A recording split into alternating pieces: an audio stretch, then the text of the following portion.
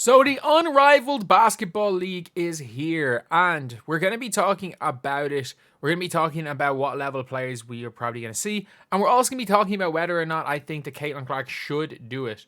Surprising answer, a lot of people are saying no, but yes is my answer. But before we get on to it, we are I repeat, one subscriber of 25,100. If we could hit that by the end of the day, that would be absolutely incredible. But anyway, so let's get on to it right here. For me, this league right now is probably the best way for players, other than if they don't want to go overseas, to stay sharp. For anyone saying Caitlin Clark needs her rest, nobody needs an 8-month rest. I'm sorry. There is no way.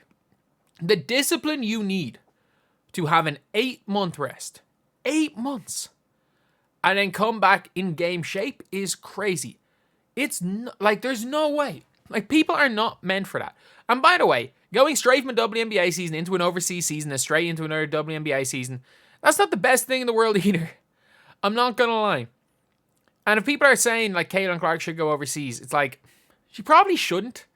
Like, I don't think, if you want to peak in the WNBA, for the WNBA season, I don't think going overseas is the right option either.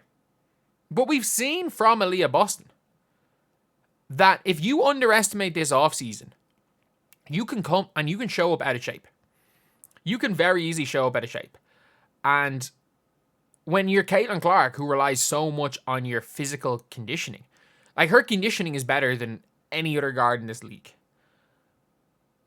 When she's so reliant on that, I think Caitlin Clark needs to look to play in this league. And people saying the league needs Caitlin Clark more than Caitlin Clark needs this league. I agree with that.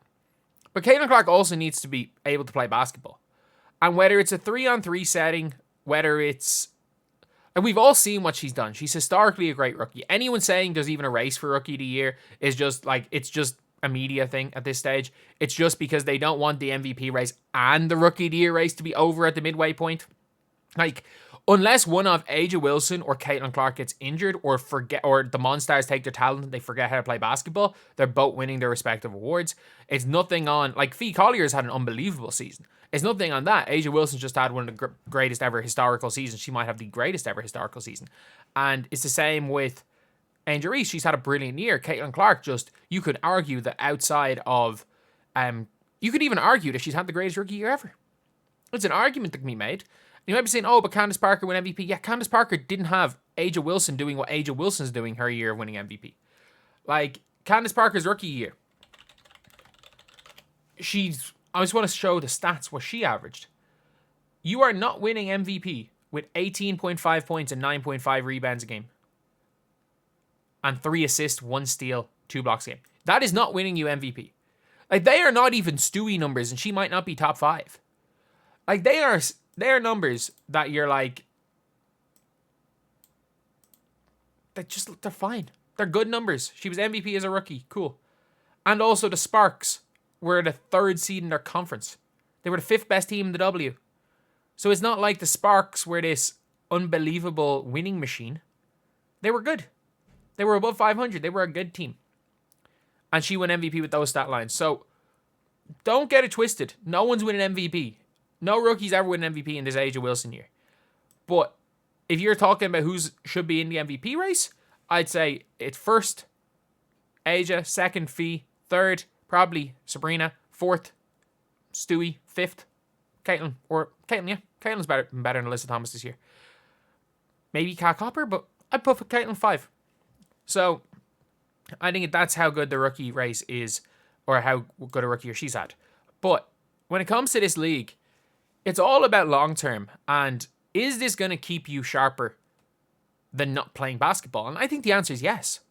I think the answer is yes, and especially the fact that I think, even though this is starting off as a 3-on-3 league, I think eventually this becomes a 60-player 5-on-5 league that is played between January and March. So it might be played at the start, as soon as Christmas is there, and it stops right before the college March Madness. I think that's eventually what this will become. A 2-month regular season, 1-month playoffs. and it'll be a league to stop people going overseas. I think that eventually the 3-on-3 thing is going to... I think there is more... People want to watch more women's basketball, and especially because that is during a time where the NBA season doesn't really matter. Like, the All-Star break happens, it's kind of a dead season in the NBA, and I think that going into this league as a 3-on-3 league, it really is not the greatest thing in the world. I think it was probably mismanaged a little bit in that way, but you only had 30 players, so it's easier to make 10 teams. If you could have managed to be fair, if you could guarantee Caitlin Clark, you probably could have gotten funding if you could have had 45 players. And you could have had, what, teams of... Or 49 players, 7 teams of 7. Like, that wouldn't be the worst thing in the world. And you play multiple games in the one day. That would be cool. But, yeah, that's just my opinion on this. I think with the way the league is, I would rather see Caitlin Clark do this than take an 8-month off season.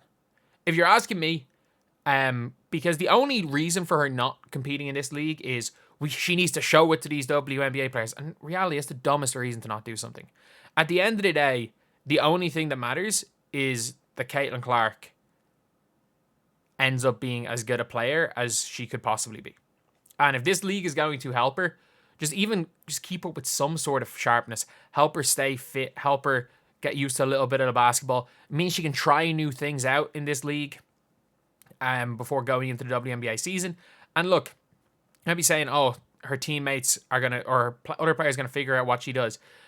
You better believe with her IQ and the way she thinks about basketball, she's going to learn more about the others than they are about her at something like this. So, yeah, I really do hope we see Caitlin Clark in this league, because I hate the whole, oh, I'm not watching this if Caitlin Clark's not in. Look, I'm going to watch all the Olympic Games. Look, I like basketball. I like basketball. I enjoy watching Caitlin Clark play basketball. So I don't understand why people think she should not do it out of spite, because I think it would help her for next season. I think it would help the fever. And look, it gets her used. I think playing in 3-on-3 basketball, it gets her used to having to create for herself off the dribble, which is, in fairness, that is one of her weaknesses. She's brilliant in transition. She's very, very good coming off the pick and rolls, but she has struggled a little bit with her own individual shot creation. And I do think playing 3-on-3 helps with that. So I think there are multiple aspects of her game that Caitlin needs to improve, and she can do that between... Look, they're not winning her more than around the playoffs. She can do that between September and December. I would be shocked if, unless she has some deal lined up where an overseas team are willing to pay her $5 million for 1 year, which they could.